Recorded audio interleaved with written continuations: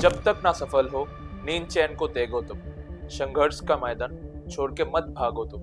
कुछ किए बिना जय जयकार नहीं होता, कोशिश करने वालों की कभी हार नहीं होता। ऐसी ही स्टोरी का एक हीरो आज हम लोगों के साथ है। Hi, I am Sudipto Devnath. I am from Udaipur, Murapara. NEET 2025 and JEE 2025 का one of the topper, Tripura state से one of the ranker, NEET 2025 state rank 4 expected Sudipta Debnath.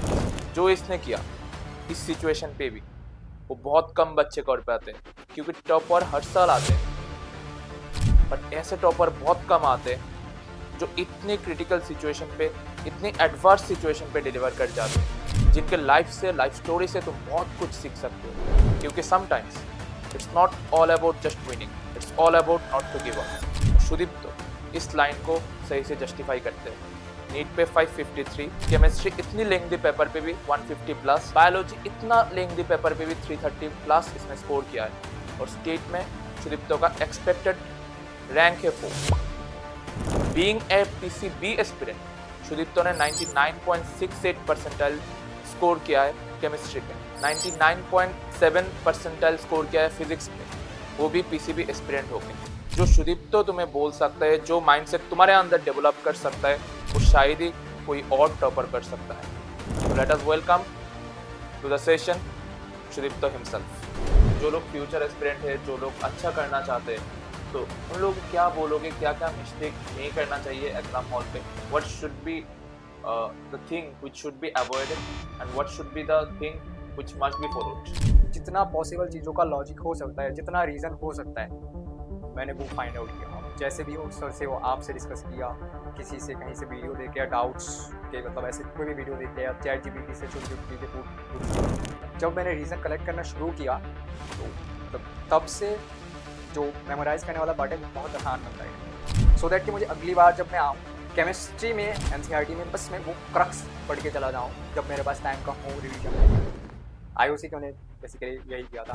तो एनालिसिस कितना इंपॉर्टेंट है और एनालिसिस कैसे करें? फुल टेस्ट में मैंने पूरा किया था एनालिसिस। और जब तक ना सफल हो नींद चैन को त्यागो तुम, संघर्ष का मैदान छोड़ के मत भागो तुम। कुछ किए बिना जय जयकार नहीं होता, कोशिश करने वालों की कभी हार नहीं होता। ऐसी ही स्टोरी का एक हीरो आज हम लोगों के साथ है। नीट 2025 एंड जेई 2025 का one of the topper, Tripura state से one of the ranker, NEET 2025 state rank 4 expected Sudipta Debnath, जिनका एक्सपेक्टेड जो डिजायर्ड मार्क्स था वो तो नहीं आ पाए, इसलिए वो इतना खुश भी नहीं है। पर जो इसने किया इस सिचुएशन पे भी वो बहुत कम बच्चे कर पाते हैं, क्योंकि टॉपर हर साल आते हैं, बट ऐसे टॉपर बहुत कम आते हैं जो इतनी क्रिटिकल सिचुएशन पे, इतनी एडवर्स सिचुएशन पे डिलीवर कर जाते हैं, जिनके लाइफ स्टोरी से तुम बहुत कुछ सीख सकते हो। क्योंकि sometimes it's not all about just winning, it's all about not to give up. और सुदीप तो इस लाइन को सही से जस्टिफाई करते हैं। नीट पे 553, केमिस्ट्री इतनी लेंथी पेपर पे भी 150 प्लस, बायोलॉजी इतना लेंथी पेपर पे भी 330 प्लस इसने स्कोर किया है, और स्टेट में सुदीप्तो का एक्सपेक्टेड रैंक है 4। Being a PCB aspirant, Sudipto ने 99.68 परसेंटाइल स्कोर किया है केमिस्ट्री पे, 99.7 परसेंटाइल स्कोर किया है फिजिक्स पे, वो भी पीसीबी एस्पिरेंट होके। So what a better way to learn from Sudipto himself. जो सुदीप्तो तुम्हें बोल सकता है, जो माइंडसेट तुम्हारे अंदर डेवलप कर सकता है, वो शायद ही कोई और टॉपर कर सकता है। क्योंकि success is all about growth and growth is all about mindset. तो let us welcome to the session Sudipto himself. Hi, I am Sudipto Devnath. I am from Udaipur, Murapara. My NEET 25 score is 553. I scored 99 plus percentile in both physics and chemistry in JEE 25, and I scored 96 in both physics and chemistry in boards, 12 boards. So Sudipto, you are in top 5 rank in the state, and your all India rank is 10,900. So Despite of having such lengthy paper in NEET 2025, you have secured 553 and 150 plus in chemistry. So how is the feeling? First of all, I wanted to know how it feels to be in the top in the state at least, though you are not that much happy about your all India rank. So फिर भी तुम top 4 पे आ रहे हो expected पूरे state पे, वो भी बहुत बड़ी बात होती है बीइंग ए फ्रेशर। इतना प्रेशर हैंडल करके बोर्ड का एग्जाम प्रेशर रहता है, प्रैक्टिकल वाइवा सब कुछ मिला के, और तुमने कभी इतनी बड़ी एग्जाम पहले दिया भी नहीं है, फिर भी स्टेट पे 4th रैंक पे आना वो भी बहुत बड़ी बात होती है। तो कैसा लगता है और कैसा लगा था जब तुमने ये रिजल्ट देखा था, मतलब ऑनेस्टली कैसा लगा? ऑनेस्टली तो एवरेज ही था, मतलब all India rank was not that good, तो it was average and at that time I didn't know about my state rank. Yeah, you are not knowing about the state rank, so you are only seeing the all India rank and जैसे कि हम सब जानते थे कि तुमने बहुत अच्छा प्रिपरेशन किया था और तुम्हारा ऑल इंडिया एक्सपेक्टेड रैंक जो था, तुमने जो सोचा था या फिर हमने भी जो सोचा था वो बहुत हाई था, तो उसके हिसाब से तो बहुत पीछे चला गया था, तो इसलिए थोड़ा डिप्रेसिंग तो था, पर फिर भी Not depressing actually, but हाँ, I was not that happy. not that much happy, exactly, not that much happy. So what you will tell to all the future aspirants, because scoring 553 in this lengthy paper is not that much easy job as well, because you are having only 3 hours in the test. So 3 घंटे में सब मिला के 3 subject का 2 year का pressure handle करके सब कुछ सही से एग्जीक्यूट करके मार्क करके आना और 553 स्कोर करना, वो भी बहुत बड़ी बात होती है। तो तुम्हारे लेवल के हिसाब से मार्क्स मैच नहीं किया एक्सपेक्टेशन जो था, पर फिर भी जो लोग फ्यूचर एस्पिरेंट है, जो लोग अच्छा करना चाहते हैं, जो लोग इस सेशन देख रहा है और जो लोग चाहते हैं कि उन लोगों के प्रिपरेशन पे कुछ वैल्यू ऐड हो या फिर कुछ सीखे तुमसे या फिर हम लोग सिखाए, सो उन लोगों को क्या बोलोगे, क्या क्या मिस्टेक नहीं करना चाहिए एग्जाम हॉल पे और ड्यूरिंग द प्रिपरेशन फेज और during in the last stage of the preparation, what should be the thing which should be avoided and what should be the thing which must be followed? हाँ, मतलब exam hall में there were silly mistakes. For example मैंने 48/16 को 4 लिख के आया था physics के एक क्वेश्चन में. फिर केमिस्ट्री में भी एक क्वेश्चन था आइसोमर का, कौन जी आई नहीं शो करता, उसमें आंसर था साइक्लो एल्कीन वाला, बट मैंने सिर्फ एल्कीन पढ़ा था, साइक्लोन वर्ड नहीं पढ़ा था, बस वहीं पे गलती हो गया. और फिर बायो में भी एक क्वेश्चन ऐसा था जिसमें मैंने क्वेश्चन पेपर में मार्क किया था, बट ओ एम आर भरना भूल गया. तो these all mistakes in exam hall basically. And last moment पे बेसिकली जो भी एज यूजुअल रूटीन होता है वही फॉलो किया था मैंने. एंड टेस्ट दिए थे, काफ़ी सारे टेस्ट दिए थे थ्रू आउट द ईयर, मतलब मैंने 12th से बेसिकली ज़्यादा टेस्ट देना स्टार्ट किया था. तो फुल टेस्ट 70-20 मार्क्स के टेस्ट, आई गेस 74-75 टेस्ट होंगे. एंड पार्ट टेस्ट की अगर मैं बात करूँ तो there 350 300 to 350 or maybe more than that. इतने सारे टेस्ट पार्ट टेस्ट से and DPPs and all that solve किए. सो थोड़ा बहुत गलतियां तो एग्जाम हॉल पे हुई थी, जो नहीं होना था हो जाता तो थोड़ा मार्क्स घट गया, तो वरना तो और 15-20 मार्क्स बढ़ जाता, जो भी हो। पर तुमने केमिस्ट्री पे 152 स्कोर किया है, जो मेरे हिसाब से अच्छा है, दो तुम्हारे एक्सपेक्टेशन या फिर तुम्हारे स्टैंडर्ड से बहुत डाउन है, क्योंकि मुझे अभी भी याद है जब तुम मेरे घर पे आके लास्ट महीने पे बहुत सारे मॉक देते थे, तब वो सारे टेस्ट पे तुम्हारा केमिस्ट्री का मार्क्स 170 प्लस 175 180 165 ऐसे रहते थे। बहुत सारे टेस्ट ऐसे भी थे जहाँ पे तुमने 180 आउट ऑफ 180 स्कोर किए थे, पर उस हिसाब से तो कुछ नहीं है। पर फिर भी केमिस्ट्री को लेके क्या बोलोगे जूनियर को, जो ये लोग अपने प्रिपरेशन पे ऐड कर सके इनऑर्गेनिक केमिस्ट्री को लेके, स्पेशली मैं बोल रहा हूँ, पहले फिर फिजिकल फिर ऑर्गेनिक, तीनों चीज़ों को लेके एक एक करके बोल दो कि ये सब गलतियां नहीं करना होता है और ये चीज़ मस्ट करना होता है अपने प्रिपरेशन पे, अगर तुम ये कर लोगे तो केमिस्ट्री अच्छा हो जाएगा। मैं हमेशा बोलता रहता हूँ क्लास पे भी, तुम लोगों के क्लास पे भी बहुत बोलता था, पर आई वांट कि तुम बोलो, क्योंकि मैं तो टीचर हूँ, मैं तो मेंटर हूँ, पर तुम उन लोगों के तरह स्टूडेंट हो, उन लोगों के भैया की तरह हो, तो अगर तुम बोलोगे तो वो चीज़ ज़्यादा रिलेटेबल लगेगा कंपेयर टू मैं अगर बोलता हूँ तो। सो क्या बोलोगे इनऑर्गेनिक केमिस्ट्री को लेके? हाँ मतलब chemistry as a subject overall बहुत इजी है, मतलब जो मैंने थ्रू आउट फील किया है बायोलॉजी और फिजिक्स के बाद, मतलब केमिस्ट्री मेरे फेवरेट लिस्ट में कभी नहीं था। मैं बहुत स्ट्रगल करता था केमिस्ट्री को लेके, स्पेशली आईओसी को लेके। हम्म, और फिर ऑर्गेनिक में तो क्या ही हाल था मेरा स्टार्टिंग में, जब उसमें कर रहा था कुछ नहीं आता था, सब आंसर बोलते थे, मैं बस बैठा ही रहता था देखता था। तो मतलब इनऑर्गेनिक में बेसिकली क्या होता था, मुझे रटने में, मतलब जो भी चीज़ें मेमोराइज़ करनी होती थी उनमें मुझे बहुत प्रॉब्लम होता था। तो मैंने उस चीज़ का क्रैक कैसे निकाल लिया था कि जितना पॉसिबल चीज़ों का लॉजिक हो सकता है, जितना रीज़न हो सकता है, मैंने वो फाइंड आउट किया। अब जैसे भी हो, सर से, वो आपसे डिस्कस किया, किसी से कहीं से वीडियो देख लिया डाउट्स के, मतलब ऐसे कोई भी वीडियो देख लिया, चैट जीपीटी से छोटी छोटी चीज़ें पूछ ली। तो बस जितना हो सकता है मैंने रीज़न कलेक्ट किए। तो और जब मैंने रीज़न कलेक्ट करना शुरू किया, तो मतलब तब से जो मेमोराइज़ करने वाला पार्ट है वो बहुत आसान बनता गया। उसके बाद मैं समझता है कि कुछ चीज़ ऐसी हैं जो जिनका रीजंस मुझे नहीं मिल रहे हैं, या फिर जिनके मैं ढूंढ भी रहा हूँ तो उतने अच्छा नहीं मिल रहा, तो मैं बेसिकली निमोनिक्स बना देता था, और ऑर्डर्स के भी निमोनिक्स, या फिर कोई रीज़न ऐसा कुछ रख देता था सो दैट मुझे याद हो जाए। हम्म, सो इस तरह से मैंने आईओसी को क्रैक किया था।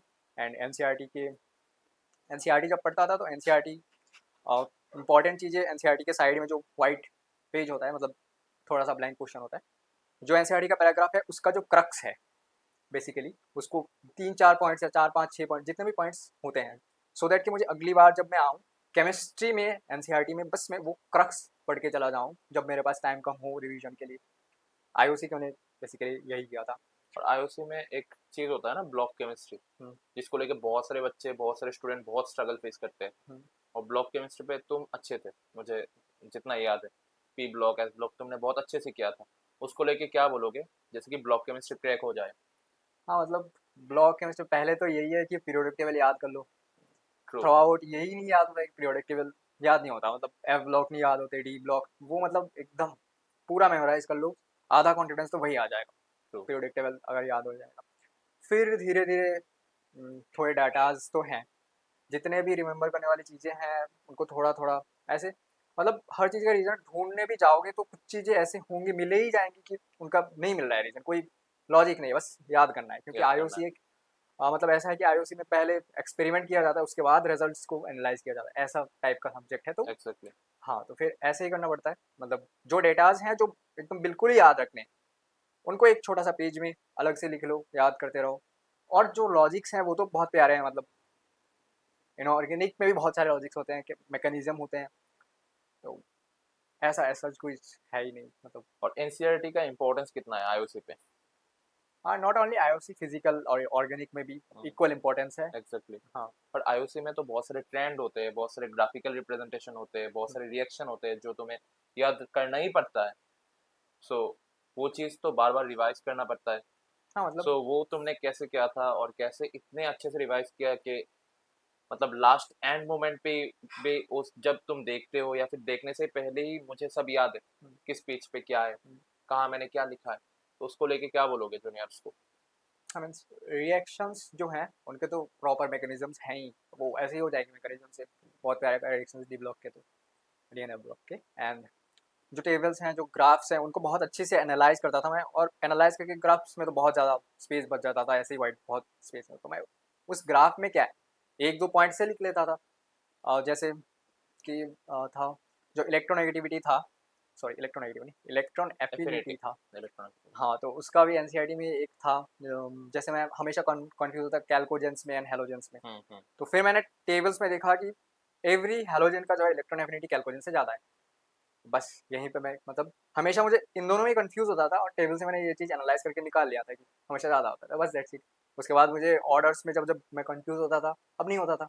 अब मतलब होने लगा कि, और भी ऐसे मतलब बहुत सारे थे जी, जैसे कि साइज़ का था, कि मैंने साइज़ कैसे निकाला था कि कोई भी हैलोजन हो वो एस ब्लॉक के एलिमेंट्स से, मतलब एल्केली, मेटल से। हाँ, मतलब जो एस ब्लॉक के एलिमेंट्स हैं उनसे हमेशा छोटा ही होता है। हम्म, हम्म, ये चीज़ भी एनसीईआरटी में टेबल मतलब जो टेबल है उसमें ही दिया हुआ है, हम्म, ऐसे डायरेक्टली नहीं लिखा हुआ है। हम्म। तो वहाँ से मैंने मतलब ये चीज़ फाइंड कर लिया था, तो ऑर्डर मतलब साइज के ऑर्डर में मुझे अब आसानी होने लगी। मतलब जो डाटा दिया हुआ है टेबल के फॉर्म पे या फिर ग्राफ के फॉर्म पे, उससे इंफॉर्मेशन निकालना भी बहुत जरूरी होता है hmm, during the hmm. Studies and during the preparation phase. हाँ, वो एक बार निकल गया तो फिर बार अब बार बस। रिवीजन होता हाँ, रहता है। और वो इतनी प्यारी चीज़ होगी कि तुमको ऐसा लगेगा कि मैंने क्या चीज़ ढूंढ के निकाली ढूंढ है। लिया है, हाँ, एग्जैक्टली। जैसे आयनेशन एनर्जी में भी था, हाइड्रोजन का आयनेशन और नोबेल गैस का आयनेशन एनर्जी। हम्म। हाँ, तो उसमें एक था। तो ऐसे बहुत सारी चीज़ें मैंने डीएनए ब्लॉक निकाली, उसमें ई नॉट वैल्यूज़ के बहुत सारे थे। एग्जैक्टली, हाँ, इनॉट वैल्यू का जो हाँ, ट्रेंड बहुत है। गंदे गंदे डाटाज थे, बट मैंने उनका भी क्रैक निकाल लिया था धीरे धीरे। मैंने एनसीईआरटी में बहुत अच्छे अच्छे से है, पी ब्लॉक में भी ऐसा किया था। हाँ, और क्वेश्चन प्रैक्टिस का कितना सिग्निफिकेंस है मतलब आईओसी पे स्पेशली? मतलब आईओसी इज लाइक बायोलॉजी, तो जितना क्वेश्चन प्रैक्टिस करोगे उतनी चीज़ें मेमोराइज होती जाएंगी अच्छे से। और मैं हमेशा बोलता था कि पीवाईक्यू जितना ज़्यादा हो सके इतना करो। तुमने भी बहुत ज़्यादा पीवाईक्यू किया है, नीट का या फिर हम्म, जेई का, सारे पीवाईक्यू तुमने कर लिए थे। और उसको छोड़ के क्या किया था? मतलब हाँ, मॉड्यूल तो क्या ही था, हम्म, और पीवाईक्यू भी मतलब नीट और मेंस का पीवाईक्यू कर लिए थे, हम्म। उसको बार बार रिवाइज करते थे। और इसको छोड़ के अगर कुछ करते थे तो वो भी बोल दो। हाँ, मतलब वो नीट प्रेप का था। मेंस और नीट के पीवाईक्यूज तो था ही, उसके प्लस नीट प्रेप का क्वेश्चंस बहुत सारे थे, तो वो ही बहुत प्रैक्टिस करता था। वो तो मतलब ऐसे ही उठते बैठते खाते सोते जब मन करता था, मतलब बोरिंग लगता था तो क्वेश्चंस पे आ जाओ, या तो बायोलॉजी के या फिर आईओसी के, क्योंकि वही मतलब बहुत आसान है। कुछ मतलब कैलकुलेशन नहीं है, बस टिक करते जाओ, लिखा जाएगा इंफॉर्मेशन है ग्रीन तो ग्रीन। सही है, तुम हाँ, कर लोगे हाँ। अगर सही इंफॉर्मेशन है, रिविजन है। और जो सारे चैप्टर बहुत अंडरस्टैंडिंग के होते हैं, जैसे कि केमिकल बॉन्डिंग, कोऑर्डिनेशन कंपाउंड्स, वो सारे चैप्टर पे एक सही ग्रिप हो, जैसा भी क्वेश्चन है कोई भी क्वेश्चन ना छूटे। सो अंडरस्टैंडिंग वाला जो चैप्टर होते, उनके लिए क्या था, अलग कोई स्ट्रेटेजी था या फिर ऐसे ही रिवीजन था क्वेश्चन नहीं, प्रैक्टिस सब? अंडरस्टैंडिंग वाले चैप्टर्स के लिए तो मजा ही ये था कि वो समझे जा सकते हैं, हाँ, बस ट्रू लेट्स सी ट्रू। वहीं पे क्रैक हो गया। हाँ। और फिजिकल केमिस्ट्री को लेके क्या बोलोगे, मतलब जिस पे बहुत ज़्यादा न्यूमेरिकल करना पड़ता है, इट्स लाइक फिजिक्स ना? तो ऑलमोस्ट क्या लाइक। क्या बोलोगे हाँ, उसको मतलब लेके? फिजिकल केमिस्ट्री में बस फॉर्मूलेज याद रहते हैं, तो उनके पीछे हो का जाता है। डेरिवेशन भी। हाँ, और हर चीज़ का लॉजिक फिजिकल केमिस्ट्री में मिल ही जाता है, ढूंढने की कोई ज़रूरत नहीं है। तो अगर लॉजिक मिल जा रहा है, रीज़न मिल जा रहा है, तो फिर हर चीज़ याद ऐसी ही हो जाती और फिजिकल केमिस्ट्री और एनसीईआरटी के जो है। रिलेशन है। हाँ, बहुत इंपॉर्टेंट है, मतलब हाँ, ट्रू। फिजिकल केमिस्ट्री के लिए लोग मतलब जनरली इग्नोर करते हैं एनसीईआरटी को, but it is important, much much important. For example NEET के लिए तो बहुत ज़्यादा इंपॉर्टेंट है, जैसे हम नीट में कंसल्टेशन टर्म्स पढ़ के निकल जाते हैं, हम्म, बट उनका जो यूजेस हैं जो 12th के एनसीईआरटी में लिखा हुआ है हम्म, वो नहीं पढ़ते हैं, बट वो तो इंपॉर्टेंट है। 12th के सॉल्यूशन चैप्टर्स में तो बहुत सारे ऐसे चीज़ें दी हुई हैं जो बायोलॉजी से रिलेटेड है, जो हम्म। नीट के लिए मोस्ट प्रोबेबल है, क्योंकि वो केमिस्ट्री की चीज़ें हैं, केमिस्ट्री का एप्लीकेशन बायोलॉजी बायोलॉजी पे दिख है, रहा है। बायोलॉजी पे। वैसे मूल कॉन्सेप्ट्स वो नहीं पढ़ते, बहुत बेसिक चैप्टर है ऐसे बोल के, बट मूल कॉन्सेप्ट्स में भी यूनिट्स के जो डेफिनेशंस हैं, उसमें जो प्रीफिक्स मतलब 24 तक दिए हुए हैं, -24 तक दिए हुए हैं, तो +24 तक दिए हुए हैं। रिलेशन जो हाँ, है, हाँ, इंटर रिलेशन। प्रीफिक्स के सारे याद होना भी जरूरी है, क्योंकि कहीं कहीं पे जब तुम फंसोगे, जिस दिन तुम्हारा दिन बुरा होगा, तब यही आएगा कि 10 to the power माइनस मतलब 24 का प्रीफिक्स ऐसे क्वेश्चन में दे के रखा है। जिस दिन दिन बुरा होगा वही होगा। यही होगा। और इसी चीज के लिए रेडी रहना है कि जो हर चीज जो इंपॉर्टेंट नहीं लगती है वही इंपॉर्टेंट है। Exactly, true. और पर चैप्टर कितना क्वेश्चन तुम प्रैक्टिस करते थे? बहुत सारे करते थे, मुझे पता है, क्योंकि मैंने देखा है तुम्हारा जर्नी बहुत करीब से। सो कितने सारे प्रैक्टिस करते थे पर चैप्टर? जूनियर्स हाँ, को कितना सजेस्ट करोगे? इतना अमाउंट तो एटलीस्ट करना पड़ेगा ही, अगर तुम डिपेंड्स ऑन अच्छा अच्छा जूनियर्स, करना चाहते हो तो। डिपेंड्स ऑन जूनियर्स उनके कैपेबिलिटीज पे, बट हाँ। What I used to do is IOC में बहुत ज्यादा हो जाता था। ऐसे डी ब्लॉक में सिर्फ नीट प्रेप पे मेरे 400 के आसपास क्वेश्चंस थे। अब उसके जेई मेंस के पीवाई को लगा लगा लो, मॉड्यूल लगा लो, डीपीपी लगा लो, टेस्ट लगा लो, तो फिर बहुत ज़्यादा हो हाँ जाएगा। 800 900 के आसपास हो जाएगा। अप्रॉक्स 1000 हाँ, पार्ट चैप्टर, सिर्फ डी ब्लॉक के, सिर्फ डी फिर ब्लॉक। डी ब्लॉक के अब पार्ट चैप्टर। फिजिकल में वही चीज बहुत और कम हो जाती केमिकल बॉन्डिंग तो, केमिकल बॉन्डिंग जैसे चैप्टर या फिर कोऑर्डिनेशन जैसे चैप्टर जो भी कि बहुत है। लेंदी भी है, हम्म। कॉन्सेप्चुअल भी है, उनमें तो और ज़्यादा होंगे। हाँ, मतलब नहीं, डी ब्लॉक में समझ आ रहा है, क्योंकि डी ब्लॉक मुझे बहुत आसान लगता हाँ। था, और बाकी में उतना नहीं, बट हाँ 500-600 ऐसा हो जाएगा ऑलमोस्ट डेफिनेटली। हाँ, ऑलमोस्ट। और फिजिकल? ऑलमोस्ट नहीं, 500-600 हो जाएगी। अच्छा, फिजिकल में? फिजिकल में क्वेश्चन मतलब थोड़ा कम हो जाता है, क्योंकि अब तुम्हें टाइम लगता है हाँ, और हर क्वेश्चन चीज करना पड़ता है ना। क्वेश्चन करना पड़ता है, और मैं कोशिश करता हूँ कि फिजिकल, क्योंकि बहुत ज़्यादा ईजी है, मतलब ईजी इन द सेंस कि हर चीज़ का लॉजिक मिल जाता लॉजिक है, हाँ, लॉजिक है। और तो फिर रट्टा क्वेश्चंस, नहीं मारना होता है। हाँ, रट्टा नहीं मारना होता है। एनसीईआरटी में फोकस करता था, और फिजिकली में यही था कि हर क्वेश्चन को आई यूज्ड टू लाइक, मतलब ऐसा कि ऐसा नहीं कि मैं लिख लिख के क्वेश्चन सॉल्व कर रहा हूँ, मैं एक बार दिमाग में जो आया एक बार में लिखा सॉल्व हो गया, ऐसा मतलब पहले दिमाग में सोच लो जो भी है, हुँ, एक बार में क्वेश्चन सॉल्व कर, अब पहले जो भी करना है वो दिमाग में करो। मतलब कोई प्रेशर दिया हुआ है तो मैंने सोच लिया कंटेनर है, गैस मूव हाँ, कर रहा है, फोर्स दे रहा है तो प्रेशर आ रहा है इधर से। वो इमेजिन करना बहुत ज़रूरी है। इमेजिन करना बहुत जरूरी है, और मतलब एक बार में सोचना कि यही करूंगा यही हो जाएगा बस, हाँ, ट्रू, ट्रू। यहाँ तक पहुंचना है, मतलब हर बार ऐसे हर 10 तरीके से कर रहे हैं पेन चला चला के, फिर एक तरीके से आ रहा है तो वो उसमें क्या फायदा है, हुँ, अगले क्वेश्चन में फिर मुझे 10 तरीके से करना पड़ेगा, टाइम भी जा रहा है। टाइम भी जा रहा है, इससे अच्छा दिमाग में सोच लो, अपना थिंकिंग स्किल भी इम्प्रूव होगा। ट्रू। और ऑर्गेनिक केमिस्ट्री मतलब जो the most interesting and weightage carrying part है, उसको लेके क्या बोलोगे? तुम्हारा ऑर्गेनिक तो अच्छा था, मतलब तुम्हारा 11 का ऑर्गेनिक थोड़ा स्ट्रगल कर रहे थे तुम। 12th में भी कर रहा था हाँ, स्टार्टिंग में। पर फिर ठीक हो गया। तो हाँ, उसको लेके क्या बोलोगे कि कैसे ठीक करना है? अगर कोई पहले से ही अच्छा करना चाहता है, कोई बैकलॉग नहीं रखना चाहता है, पहले से ही बहुत स्ट्रांग बनाना चाहता है ऑर्गेनिक को, तो क्या करे वो? हाँ मीन्स ऑर्गेनिक का जो अप्रोच है, वो फिजिकल और आईओसी से डेफिनेटली अलग है। हम्म, मैं कोशिश करता था जैसे आईओसी में रटते थे, मैं कोशिश करता कि ओसी में, मतलब ऑर्गेनिक केमिस्ट्री में वही चीज़ ऐसे रटने की कोशिश करूँ, मैकेनिज्म ऐसे होता है ऐसे होता है, बट फिर मैंने धीरे धीरे रियलाइज़ किया कि ऑर्गेनिक एक बहुत, मतलब पहले तो मुझे बहुत स्लो चलना पड़ेगा, हम्म, क्योंकि एक रिएक्शन अगर मैं देख रहा हूँ बहुत पहली बार में इतना ज़्यादा इन्फॉर्मेशन हो जा रहा है, बट मैं फिर यही रिएक्शन पूरे 12th में हर जगह रिपीट होगा। एक ही चीज बार बार रिपीट होते हाँ, रहते हैं। तो मतलब स्टार्टिंग में मैं ये कोशिश करा कि मैं रट लूँ, hmm, but that was the wrong approach, ऐसा नहीं होता। पहले मैं समझूँ, मतलब ऑर्गेनिक में यही चैलेंज आता है कि स्टार्टिंग में क्या करना समझ नहीं आता।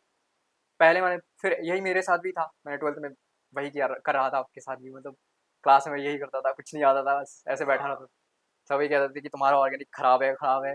फिर धीरे-धीरे मतलब मैंने समझना कोशिश शुरू स्टार्ट किया, और फिर मैंने देखा कि यही सेम चीज़ है, हर चैप्टर में रिपीट हो रहा है, हर चीज़ में रिपीट हो रहा है। और फिर मैंने देखा कि बहुत इंटरेस्टिंग, मतलब जो ऑर्गेनिक केमिस्ट्री मेरा बहुत खराब था, वो वो ऑर्गेनिक बहुत केमिस्ट्री आते-आते मेरा बहुत इंटरेस्टिंग हो गया। इंटरेस्टिंग लग रहा है। अब हाँ, मैं सर जैसे मेंस के पहले क्वेश्चंस कराते थे, मैं कहता था कि सर बहुत क्वेश्चंस कराओ, बहुत क्वेश्चंस कराओ। ऐसा मतलब सर ऐसे कुछ क्वेश्चंस कराओ और कराओ, ऐसे करता था। और ओवरऑल जो केमिस्ट्री का जर्नी है, मतलब अगर तुम किसी को रिकमेंड करना चाहोगे, मतलब कैसे प्रिपेयर करें पहले से? अगर मैं चाहता हूँ कि मेरा केमिस्ट्री बहुत अच्छा हो जाए और मैं 180 आउट ऑफ 180 ले आऊँ हुँ, नीट पे, हुँ। तो ओवरऑल केमिस्ट्री पे क्या करना चाहिए और क्या नहीं करना चाहिए? जैसे कि एक चीज़ तो हो गया, एनसीईआरटी फॉलो करना है हाँ, must. Must for all NCERT line by line पढ़ना है, हर चीज़ का मीनिंग समझना है, जो ट्रेंड ग्राफिकल रिप्रेजेंटेशन दिया हुआ है वो सारी चीज़ का डिकोडेशन करना चाहिए। डिकोडेशन। हाँ। वो क्या बोलना चाह रहा है हुँ, उसको डिकोड करके लिख लेनी चाहिए एक जगह पे, और उसको बार बार रिवाइज करना होता है। हुँ, बहुत आईयूसी के लिए बहुत ज़्यादा क्वेश्चन प्रैक्टिस करना होता है, फिजिकल के लिए रट्टा नहीं समझना पड़ेगा कि फॉर्मूला कहाँ से आए हैं, उसका एप्लीकेशन कैसे करें, कोई क्वेश्चन पे इंफॉर्मेशन दिया गया है तो उसको यूज़ करके कैसे सॉल्व करना है चीज़ों को। ऑर्गेनिक पे जैसे मैकेनिज्म समझना पड़ेगा। तो पूरा जो रोड मैप है वो पहले से कैसे बैलेंस करें कि मेरा केमिस्ट्री बहुत अच्छा हो जाए, मतलब जो मैंने बोला हुँ। उसको छोड़ के अगर कुछ ऐड ऑन करना चाहते हो तो?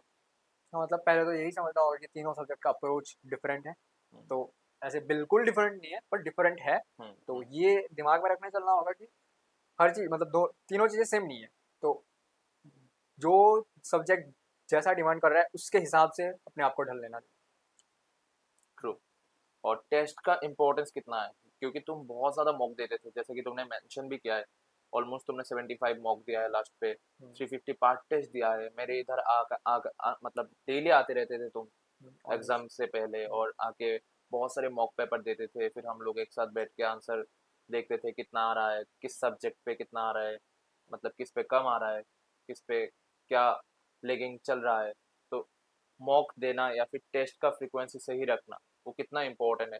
क्योंकि बहुत सारे बच्चे ऐसे होते हैं, बहुत सारे जूनियर भी ऐसे होंगे तुम्हारे, जो टेस्ट देने पे डरते हैं और उन लोगों को लगता है कि टेस्ट दूंगा तो मार्क्स कम आएगा तो मुझे डिमोटिवेट फील होगा, टेस्ट नहीं देना है, देख लेंगे हो जाएगा। तो उन लोगों को क्या बोलोगे?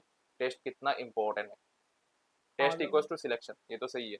तो उस चीज को लेके no, test is not equal to selection. Test with proper analysis is exactly, equal. Test with proper analysis and understanding your mistake is equals to selection. So क्या बोलोगे उस चीज को लेके, मतलब टेस्ट देना कितना जरूरी है? मतलब टेस्ट देना इम्पोर्टेंट है, क्वेश्चन प्रैक्टिस करना और टेस्ट देना दोनों ही इक्वली इम्पोर्टेंट है। और मतलब टेस्ट में अब नंबर कम आएंगे तो डिमोटिवेट होना चाहिए, क्योंकि तुमने अगर तुम्हारे था ना कमी तो था, टेस्ट कम क्यों ट्रू, आ रहा है फिर? हाँ, तो कुछ उसमें पे लेगिंग रह गए।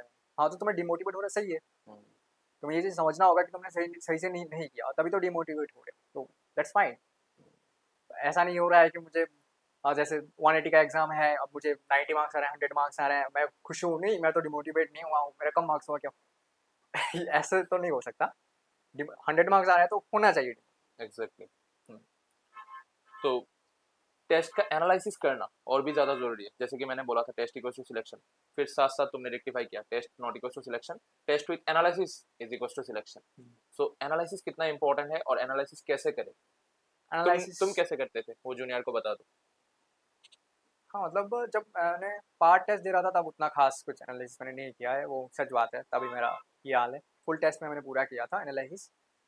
और ऐसे जब क्वेश्चन प्रैक्टिस चलता था चैप्टर का, तो ऐसे मैंने कुछ चीज़ें लिख लेता था कि ऐसे इस चीज़ में मुझे बहुत ज़्यादा मिस्टेक हो रहा है। जैसे इक्विलिब्रियम में थे 2.3 आरटी का वैल्यू उस पर रट लेना था, मतलब बार बार ये चीज़ें रिपीट होता था। ऐसे फिजिक्स में भी था, केमिस्ट्री में भी था, बहुत सारी चीज़ें केमिस्ट्री में, मतलब ऐसे चैप्टर में केमिकल काइनेटिक्स जैसे चैप्टर है, अब उसमें मुझे होता था बहुत सारे मिस्टेक्स। मैं ऐसे चैप्टर के पहले लिख देता था, एक पेज ऐसे ही खाली छोड़ देता था कि इस पेज में मैं मिस्टेक्स ही लिखूंगा बस। ऐसे मैंने हर चैप्टर के लिए किया था, और लास्ट में जाते जाते क्या हुआ कि ये जो मिस्टेक्स है वो मैं एटलीस्ट नहीं कर रहा था, बाकी अदर मिस्टेक्स में कर रहा था, क्योंकि थोड़ा बहुत मुझ में भी इनसिंसियरिटी तो था ही था। और फुल टेस्ट का जब एनालिसिस कर रहा था तब मैं भी कंफ्यूज था कि कैसे करूं। बहुत सारे सीनियर्स बोलते थे कि कॉपी में लिख लो एंड ऑल दैट। अब मुझे लगता था कि कॉपी में लिखना मतलब क्वेश्चंस भी लिखो, आंसर्स भी लिखो, मतलब it is a very daunting task नहीं होता था। क्वेश्चंस लिखो, आंसर लिखो, मतलब बहुत टाइम चला जाता था। तो फिर मैंने ये क्रैक किया कि क्वेश्चन पेपर में एनालिसिस कर लो, उसमें क्वेश्चन में मिल जाएगा क्या गलती किया था वो भी मिल जाएगा, साइड में कैलकुलेशन क्या गलती वो भी मिल जाएगा, और जो सही मतलब वाला है उसे साथ पे तुमने क्या गलतियां क्या है वो भी साथ हाँ में वो लिख मिल दो। रहा है। हाँ मतलब कोई और पेंसिल से रेड पेन से लिख दो, और उस क्वेश्चन को हाईलाइट करो जिस पे मतलब क्वेश्चन में मान लो कोई चीज़ है जो तुमने तुमने मिस कर दी, जिस चीज़ को तुमने उतना इंपॉर्टेंस नहीं कर दिया, उस चीज़ को हाईलाइट कर लो बस। अब जब तुम देखोगे टेस्ट में, मतलब अगला टेस्ट जब देने जाओगे, पिछले 3-4 पेपर उठा लो, उसमें कितनी गलतियाँ होंगी, तो 10 से 12, अब से 15-20, अब उनको जल्दी वो जल्दी बार जल्दी बार देख पलट लो, लो, हाँ बस रिवाइज हो कर गया। लो, रिवाइज अब कर इसमें कॉपी भी नहीं बनाना पड़ रहा है तुम्हें, मतलब वो ही बच जा रहा है ना, मतलब लिखना इज मुझे नहीं पसंद है, मतलब बहुत टाइम जाता है उसमें तो। लो, टाइम कंज्यूमिंग प्रोसेस है। हाँ, और किसी के पास अगर टैब है तो वो फिर तो अच्छा है, क्योंकि हाँ, टैब है तो तुम क्वेश्चंस का आसानी से मतलब सम फिर अप करके रख हाँ सकते हो। वो एक कंपाइल्ड हो जाता है, वो तो टेस्ट मतलब पेपर से भी अच्छा हो जाता है, इनकी सारी गलतियाँ एक लाइन में दिख जाएंगी। एग्जैक्टली, और जबकि पेपर्स में तो हमें पेज पलटना होगा एटलीस्ट। Exactly, true true. और जैसे कि बायो में हर लोग बोलते हैं कि एनसीईआरटी पढ़ना बहुत ज़रूरी होता है, तो तुम क्या बोलोगे बायो को लेके? मतलब एनसीईआरटी पढ़ना होता है बहुत बार, मतलब ऐसा मिथ भी है या फिर सच भी हो सकता है कि बायोलॉजी 100-200 बार तो पढ़ना होता है पूरे जाने पे। तो क्या है बायो को लेके क्या बोलोगे, जो लोग ये सेशन देख रहे हैं, जिन लोगों का पीसीबी मेन है, जो नीट पे बहुत अच्छा करना चाहते हैं, नीट को बहुत अच्छे से क्रैक करना चाहते हैं, स्टेट पे टॉप 5 टॉप 4 पे आना चाहते हैं, उन लोगों को क्या बोलोगे कि बायो को कैसे करना है? हाँ मतलब बायोलॉजी भी फिजिक्स, मतलब फिजिक्स में तो क्या है, फिजिक्स में लॉजिक मिल जाता है, फिजिकल में लॉजिक मिल जाता है। Biology is like inorganic chemistry ना? हाँ मतलब जो चीज़ हमें फिजिक्स आसान इसलिए लगता है क्योंकि फिजिक्स में लॉजिक मिल रहा है, हम्म फिजिकल में भी लॉजिक मिल रहा है, हम्म बट बायो में भी लॉजिक मिलेगा, बट सीधा सीधा नहीं मिलेगा। उसको थोड़ा बस ऐसे ढूंढना पड़ेगा कि रिसर्च लॉजिक है, करना हाँ पड़ेगा। रिसर्च करना पड़ेगा, नाम को समझना पड़ेगा, जो नेम दिया हुआ है क्या कहना चाह रहा है नाम, क्यों ही है ये नाम है। जैसे हमारा पेप्टाइडोग्लाइकन का था, उसका अनदर नेम था म्यूरिन, तो हम्म क्यों म्यूरिन है, क्यों पेप्टाइडोग्लाइकन है, ये चीज़ समझ लो ना, तो फिर तुम्हें पेप्टाइडोग्लाइकन का कंपोजिशन क्या है ये भी नहीं याद रखने का पड़ेगा, म्यूरिन क्यों है ये भी नहीं याद रखना पड़ेगा, सब चीज़ वहीं से, मतलब पेप्टाइडोग्लाइकन और म्यूरिन जो अलग अलग चीज़ें हैं, तुम अगर उतना ही सर्च कर लो कि पेप्टाइडोग्लाइकन क्यों है, उससे तुम समझ जाओगे कि क्यों है। मतलब अब फिर तुम्हें बैक्टीरियल सेल वॉल का कंपोजिशन, आर्किबैक्टीरिया और यूबैक्टीरिया में क्या डिफरेंस है, या फिर ऐसे प्लांट में और बैक्टीरिया में क्या डिफरेंस है सेल वॉल में, सारी चीज़ें वहीं से बस एक नाम पकड़ लो, उसका पूरा लॉजिक निकाल उसका लो। डिकोडेशन कर लो, सब कुछ मिल हाँ जाएगा। बहुत सारी चीज़ें ऐसे क्लियर हो जाएंगी। और हाँ। एनसीईआरटी पढ़ना ऐसा होता है कि 100-200 बार पढ़ लो, हाँ एनसीईआरटी मतलब लाइन बाय लाइन पढ़ना चाहिए, सारी चीज याद होना चाहिए, तुम्हें किस पेज पे किस लाइन पे क्या लिखा हुआ है वो भी पता होना चाहिए, ऐसा कुछ है? जो कॉन्सेप्ट्स हैं वो तो सर के नोट से ऐसे ही हो जाते हैं, जो भी हम्म टीचर से आप पढ़ रहे हो हम्म वो ऐसे ही हो जाते हैं। कॉन्सेप्ट्स तो हर नोट्स ऐसे ही याद है, बट एनसीईआरटी में क्या है कि वही उन्हीं चीज़ों को थोड़ा ऐसे घुमा फिरा के लिख दिया है, या फिर थोड़े ऐसे लैंग्वेज मतलब अच्छे इंग्लिश का यूज़ करके लिख दिया है, बस यही बात है। तो एनसीईआरटी बस इसलिए नहीं पढ़ो कि रटना है, एनसीईआरटी बस इसलिए पढ़ो कि जो तुमने पढ़ा है वो बस मैचअप करो कि एनसीईआरटी में कैसे लिखा है, बस लैंग्वेज को पकड़ने के लिए। या फिर ऐसे कि एनसीईआरटी ऐसा ही क्यों बोल रहा है, सर ने तो ऐसा बोला था पर एनसीईआरटी में ऐसा ही क्यों बोला जा रहा है। सो बायो को लेके और क्या बोलोगे, मतलब किस तरीके का बुक्स तुम करते थे स्पेशली फॉर एमसीक्यू, क्योंकि getting 330 plus in such a lengthy paper, वो भी scoring the things in just 50 minutes is a huge accomplishment which might not be matching your standard, but still it is one of the dream for all the aspirants of NEET, max of the aspirants of NEET. So किस किस type के book तुम करते थे MCQ के लिए, और क्या बोलोगे जूनियर्स को ताकि उन लोगों का भी बायो बहुत स्ट्रांग हो जाए, मतलब और कुछ ऐड ऑन करना चाहते हो तो विद एग्जांपल्स एंड ऑल? हाँ मतलब 330 is not a good score. तो हाँ बस मैंने भी एक्सपेक्ट नहीं किया 330 के आसपास आएगा, मेरा था कि 360 लाना था। तो हाँ मतलब ठीक है अब। हाँ और बुक्स का अगर बात है तो मैंने एनसीईआरटी वर्ड टू वर्ड जो नीट का जेई का आता वो फॉलो किया था। मेरे टीचर के मॉड्यूल्स थे, उनके मॉड्यूल फॉलो किए थे, जो शीट्स एंड टेस्ट थे वो दिए थे, और नेट प्रेप से किए थे। नीट के सारे पीवाईक्यूज एंड एम्स के भी पीवाईक्यूज ऑल। कुछ कुछ एनडीए अभ्यास का क्वेश्चन भी करता था, बट वो फिर मतलब उनमें कुछ एरर्स भी था, कुछ कुछ क्वेश्चन में था एरर्स, वो उतना हेल्पफुल नहीं था। और एनसीईआरटी पढ़ता था, सर के नोट्स, सर या मैम्स के नोट्स जो भी था वो अच्छे से मेमोराइज करता था, एंड एनसीईआरटी पढ़ता था। उसके साथ एनसीईआरटी के हर एक लाइन का लॉजिक को ढूंढने की कोशिश करता था, जैसे हर लाइन को कनेक्ट करने की दूसरे लाइन से ऐसे कोशिश करता था। जैसे फॉर एग्जांपल हमारा एक बायोमोलिकुल में एक लाइन है कि lipids are generally insoluble in water, the question is why generally. तो हम इस चीज़ को इग्नोर कर देते हैं, हम ऐसा याद रखते हैं कि lipids are insoluble in water, but generally जो वर्ड है इसको इग्नोर कर देते हैं। तो बट उसका भी एक लॉजिक है। तो ऐसे हर चीज़ को, जैसे ऑलमोस्ट कहीं लिखा हुआ है, कहीं मोस्ट ऑफ देम लिखा हुआ है, कहीं सम ऑफ देम लिखा हुआ है, कहीं ऑल ऑफ देम लिखा हुआ है, सबका मतलब मीनिंग अलग हो जाता है। हाँ। तो हर एक चीज़ को वो अगर अब ऐसा करने जाए कि हर में मोस्ट ऑलमोस्ट याद रखने जाए, वो एक डॉन्टिंग प्रोसेस हो जाएगा फिर से। बट अगर ऐसा कर दे कि ऑलमोस्ट क्यों है, इसमें क्या एक्सेप्शन है, अगर ऐसा कर दे कि जनरली क्यों लिखा है, एक्सेप्शन क्या है, अगर ये चीज़ भी हम याद ध्यान रखते चले ना, तो फिर जनरली का है, ऑलमोस्ट का है, वो ऑटोमेटिकली हो जा रहा है। अब उसमें फिर याद करने का नहीं बचता है।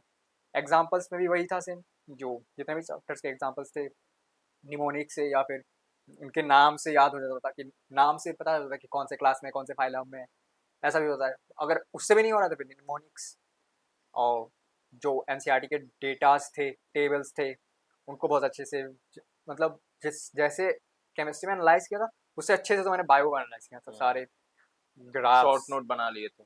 हाँ डेटा उसके जो लाइंस में भूल जाता था इन द सेंस कि इनका लॉजिक मुझे उतना क्लियर नहीं था। हाँ तो वो मैंने थोड़े थोड़े ऐसे लिख लिया था एग्जाम से पहले, जस्ट कि मुझे यही सारे रिवाइज करना है। रिवाइज करना है, और ऐसे हाईलाइट भी कर लिया था बुक में कि यही मुझे रिवाइज करना है। बहुत सारे स्टूडेंट का गलतियाँ ये भी होता है ना कि वो लोग हाईलाइट करते जाते और पूरा बुक हाईलाइट कर देते हैं, तो फिर पता नहीं चलता क्या मिस्टेक हुआ था। हम्म, तो वो चीज़ भी तो ध्यान पे रखना होता है हम्म। कि जो मैंने मिस्टेक किया है वही करेक्टली हाईलाइट करना है, और एंड मोमेंट पे वो सबसे पहले रिवाइज करना है हाँ जो मैं भूल रहा हूँ, जो या मैं जो भूल मैंने रहा हूँ, टेस्ट में गलतियाँ मिस्टेक क्या किया है। है, हाँ इसके लिए जो मैं भूल रहा हूँ उसको एक कलर से हाईलाइट कर दो, जो मैं टेस्ट में मिस्टेक किया उसको दूसरे कलर से हाईलाइट कर दो, बस उतना ही काम है। अब हर चीज़ अगर हो सकता है ऐसे टीचर बोलता भी जाए कि इंपॉर्टेंट है इंपॉर्टेंट है इंपॉर्टेंट है, हाँ उस चीज़ को हाईलाइट कर सकते हो, पर जो चीज़ ऑटोमेटिक ऐसे इंपॉर्टेंट कंसेप्ट होते हैं ना, वो हमें ऐसे ही मतलब दिमाग में रह जाता है, वो रात को 3 बजे उठा के बोलोगे पूछ लोगे हो जाएगा, फिर भी हो जाएगा। भूलेंगे नहीं वो तो। बट जो चीज़ भूलेंगे उस चीज़ पे फोकस करना, उस चीज़ को हाईलाइट करना इज इम्पॉर्टेंट, रेदर देन कि जैसे एनसीईआरटी में कुछ बोल्ड वर्ड्स भी दिए हुए हैं ब्लैक में, तो वो ऑलरेडी हाईलाइटेड है, उसको क्या हाईलाइट करना है, वो ऐसे ही हाँ। याद हो जाएगा। ट्रू, अब जैसे इम्पोर्टेंट है इसलिए हाईलाइटेड है। हाईलाइटेड है, उसमें क्या हाईलाइट करना है आप बस। जो एनसीईआरटी एकदम कॉर्नर में कुछ अलग सा कहना चाह रही है, कुछ छिपा सा है, वो चीजें उनको पकड़ना बहुत मार्क जरूरी करना है। है। हाँ, वो अगर मतलब ऐसे हर छोटी चीज को अगर इंपॉर्टेंस देते चलोगे तो सब्जेक्ट ऐसे ही बेहतर हो जाएगा, मतलब लॉजिक तुम्हें हर चीज में मिलता जाएगा। और तुम ऐसे भी बायोलॉजी के तो स्टूडेंट हो ही, तो फिर बायोलॉजी तो मजेदार होने ही है। हाँ ट्रू। अभी तक तो मेरे लिए अच्छा था। और ऐसे भी बहुत सारे चैप्टर्स होते हैं ना जिसपे बहुत सारे चीजों को याद रखना होता है, बहुत सारे एग्जाम्पल्स है, जैसे कि किंगडम वगैरह। एनिमल किंग, हाँ, प्लांट किंगडम, उसको लेके क्या बोलोगे, मतलब वो चीज आसानी से कैसे याद रखे? मैंने क्या किया था कि एनिमल एग्जाम्पल्स किंगडम, के लिए। हाँ मतलब पहले तो एनिमल किंगडम बहुत बड़ा चैप्टर है, हम्म, अगर 11th 12th के रेस्पेक्टिव देंगे तो बहुत बड़ा चैप्टर है। तो मैंने पहले एनिमल किंगडम का एक मतलब मैंने पढ़ा तो था, पर फिर भी मुझे प्रॉब्लम आ रहा था कि क्या है कुछ नहीं है। फिर मैंने एक ओवरव्यू लिया चैप्टर का, ऐसे हर एक एग्जांपल एक वीडियो में एक देख लिया था यूट्यूब से, हर एक एग्जांपल ऐसे हर एक मतलब ऐसे सर्कुलेटरी सिस्टम किस में प्रेजेंट है, रेस्पिरेटरी सिस्टम किस में कैसा है, क्या ऑर्गन है, वो एक में देख लिया। तो मतलब बहुत सारे मतलब मेजोरिटी यहीं से कवर हो गया हम्म, एग्जाम्पल्स, और जो जनरल चीजें हैं वो यहीं से कवर हो गया, 2 वीडियो से 30-30 मिनट्स के बस। अब जो बची कुछ चीजें हैं वो अब लॉजिक से कनेक्ट हो सकता है हम्म, बस। और एनसीईआरटी में जैसे हमें बहुत सारे वो भी दिए हुए हैं, डायग्राम्स भी दिए हुए हैं, तो अगर उससे भी अच्छा डायग्राम सीखिए, हर एग्जांपल का एक डायग्राम मिल जाए तो तुम गूगल बहुत से ले अच्छी सकते बात है। हो, चैट जीपीटी से ले सकते हो अच्छे हाँ, से, फिर सजेस्ट कर दो कि ऐसे ऐसे और चैट जीपीटी से तो तुम निमोनिक्स भी बना सकते हो। निमोनिक्स, हाँ हाँ, ऐसे ज़्यादा अच्छे से बोलोगे कि मुझे ऐसे कैची निमोनिक्स दो, या हम्म, फिर जैसे मुझे फुटबॉल पसंद है तो मुझे फुटबॉल रिलेटेड कोई निमोनिक्स दे दो इस एग्जाम्पल को याद रखने के लिए। हम्म, जितना ज़्यादा स्पेसिफाई कर दोगे वो उतना ज़्यादा अच्छा। अच्छा आंसर दे देगा। हाँ, अब सिर्फ चैट जीपीटी नहीं है, बहुत सारे, मैं तो बहुत सारे करता था जैसे, क्योंकि बहुत सारे से अलग अलग आंसर होता था। मैंने ग्रॉक भी किया है, डीप सीक, हर चीज़ मतलब सेम चीज़ मैं लिख लिया एक बार, सब में कॉपी पेस्ट कर देता था। हम्म, फिर मुझे जो अच्छा लगता है वो याद रख लो। वो हाँ ले लेता। वैसे ऐसा मैं नहीं बोलता था, मैं वैसे स्पेसिफाई करता कि 3 ही बोलना है, सब 3 ही बोलना है, 3 ही बोलो, क्योंकि सब में 3 दिन पढ़ना है, उससे कैच करना है मुझे। और ऐसे मैं सिर्फ बोल दूँ कि बोल दो, फिर वो 10-12 बोल देगा, सब सारे पढ़ने पड़ेंगे। हाँ, हाँ तो बस। तो और एक चीज है जो max of the PCB student जो है उन लोगों का फिजिक्स नाइटमेयर की तरह है। पर तुम्हारा फिजिक्स बहुत अच्छा था, क्योंकि कल मैं पूछ रहा था तुमको कि out of physics chemistry bio में तुम्हें सबसे अच्छा कौन सा सब्जेक्ट लगता है, तो तुमने सोचा भी नहीं, इंस्टेंटली बता दिया फिजिक्स, क्योंकि उसमें सब कुछ सोचने लॉजिक, पे हो जाता है, अंडरस्टैंडिंग है कंपैरेटिवली। बायो और केमिस्ट्री पे याद करने की चीज़ें थोड़ा ज़्यादा है। लॉजिक मिल सकता है लॉजिक बट है, ढूंढना है। पर अंडरस्टैंडिंग उतना ज़्यादा नहीं है फिजिक्स की तरह। मतलब चीज़ों को याद भी रखना पड़ता है after getting the logic, but physics पे कुछ याद नहीं रखना पड़ता है। बहुत इंटरेस्टिंग है और चीज़ों को रिलेट किया जा सकता है डेली लाइफ के साथ। सो फिजिक्स तुम्हारा बहुत अच्छा था, दो मार्क्स कम आया नीट पे, टाइम मैनेजमेंट या फिर कुछ भी इशू हो सकता है, पर जेई पे तो अच्छा था। तो फिजिक्स को लेके क्या बोलोगे, फिजिक्स को कैसे ठीक करना है जूनियर्स को, अगर जो लोग अभी फिजिक्स को लेके फोबिक है, फिजिक्स को लेके अच्छा नहीं फील कर रहे, उन लोगों को क्या बोलोगे कि फिजिक्स स्ट्रांग हो जाए? हाँ मतलब बेसिकली फिजिक्स में होता है कि जैसे मुझे भी स्टार्टिंग में 11th स्टार्टिंग में हुआ था कि एनालिसिस में क्या चल रहा है, यूनिट डायमेंशन क्या। मुझे तो यूनिट डायमेंशन में प्रॉब्लम था, ऐसे डायमेंशन एनालिसिस में जो ए बी सी करके पावर निकलना होता था उसमें मुझे प्रॉब्लम था। बट फिर जब मैं एंड ऑफ 11th या स्टार्टिंग ऑफ 12th में आया, मैं समझ गया कि वो तो कुछ है ही नहीं, ए बी सी का तो प्रोसेस है, ऐसे निकाल सकते हैं, देख के निकाल सकते हैं, वैसे मतलब बेसिक लॉजिक लगा के निकाला जा सकता है। तो पूरा ऐसे सॉल्व करके 3 इक्वेशंस बना के कोई ज़रूरत है ही नहीं। और मतलब प्रोसेस पता होना चाहिए, बस पता है प्रोसेस, दैट्स इट, उससे ज़्यादा कुछ नहीं चाहिए। और फिर फिजिक्स में बेसिकली होता है, मुझे 11th में स्टार्टिंग में जो प्रॉब्लम हुआ था कि मुझे यही समझ नहीं आता कि फिजिक्स में मुझे समझ नहीं आ रहा, मुझे इतना पता था कि मुझे कुछ तो गड़बड़ है फिजिक्स में, और मुझे ये नहीं पता था कि क्या क्या गड़बड़ है। गड़बड़? फिर मैंने धीरे धीरे जैसे सी ओ एम रोटेशन में मूव करता गया, तब हम्म, मुझे समझता आता गया थोड़ा थोड़ा कि ये प्रॉब्लम है, तो इसमें ऐसे फोकस करता गया, धीरे धीरे फिर इम्प्रूव होता गया। फिर हीट में जाके बहुत अच्छा हो गया था, मूव में जाके बहुत अच्छा हो गया। एस एच एम भी फिर भी थोड़ा थोड़ा वीक था, क्योंकि 11th में उतना ज़्यादा नहीं हुआ था हम्म, वो वैसे भी फिर यही फ्लो मतलब 12th में मेंटेन हो गया आराम से। बट मतलब सही है, फिजिक्स मुझे और ज़्यादा करना ही चाहिए था। अच्छा मतलब मुझे अच्छा लगता था, बट अच्छा था कि नहीं वो तो एग्जाम से पता चलता है ना, और डेफिनेटली मेरा एग्जाम में तो स्कोर बुरा ही था। नो, तो marks can not justify your effort ना, ना, बिकॉज मैंने देखा है तुम जब मॉक दे रहे थे, ऐसे ही बहुत सारे टेस्ट थे जहाँ पे तुमने केमिस्ट्री से अच्छा फिजिक्स पे स्कोर किया है। बहुत सारे एग्जाम ऐसे थे मॉक्स पे, लास्ट के मॉक्स पे।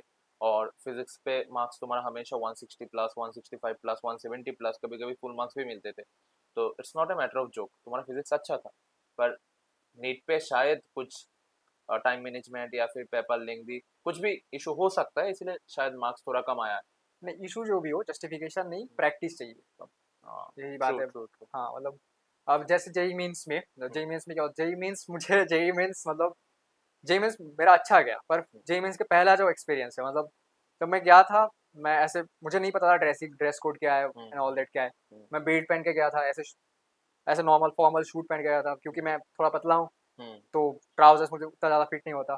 तो वो बेल्ट खोल के रख दिया, मेरा ट्राउजर ऐसे गिरता जा रहा है। बट द थिंग इज मैं कॉन्फिडेंट तब था क्योंकि क्वेश्चन उतना ज़्यादा वो नहीं था जेई में।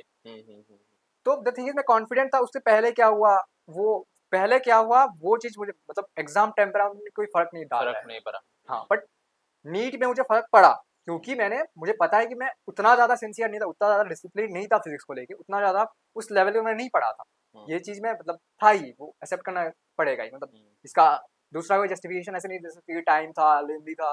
अब 686 भी आ रहा है यार उनके, तो जिसमें ऐसा जस्टिफिकेशन देना कि लेंदी था and all that doesn't make sense. बस मतलब प्रैक्टिस बहुत ज़्यादा करना पड़ेगा, जितना मैंने किया था। अब मेरी गलतियाँ हो सकता था, मैं सुधारता। और अब यही है कि अगर जैसे मैंने थोड़े लेंथी क्वेश्चंस होते थे और थोड़ा टफ क्वेश्चन होता था, जनरली मैं उनको स्किप करता था। जनरली बोल रहा हूँ, हर टाइम नहीं, बट मैं जनरली स्किप करता था। बट अगर मुझे दूसरा टाइम इस बार भी चांस और मिले। वो करना हाँ सही नहीं गया, हाँ हाँ, मतलब वो अगर नहीं मैं करना चाहिए था। सिर्फ यही करता कि क्वेश्चन से फाइट करता, हम्म सॉल्यूशन भले ही ना बने, हम्म मुझे ये तो रहता कि क्वेश्चन से मैं मतलब डरता नहीं, डर कम हो जाता। हम्म, क्वेश्चन नीट में जाकर तो यही हुआ कि बड़े बड़े क्वेश्चन क्वेश्चन देख के हाँ, प्रेशर में आ गया डर कि गए। हाँ। बट आसान क्वेश्चंस भी थे, मतलब फिर कुछ कुछ दो चार टेम्परामेंट क्वेश्चन तो एडवांस के भी थे। नहीं, पर नीट लेवल के ही थे, हो सकते थे, सारे हो सकते थे। अगर अच्छे से प्रैक्टिस हुआ हाँ होता तो। वही और बात है।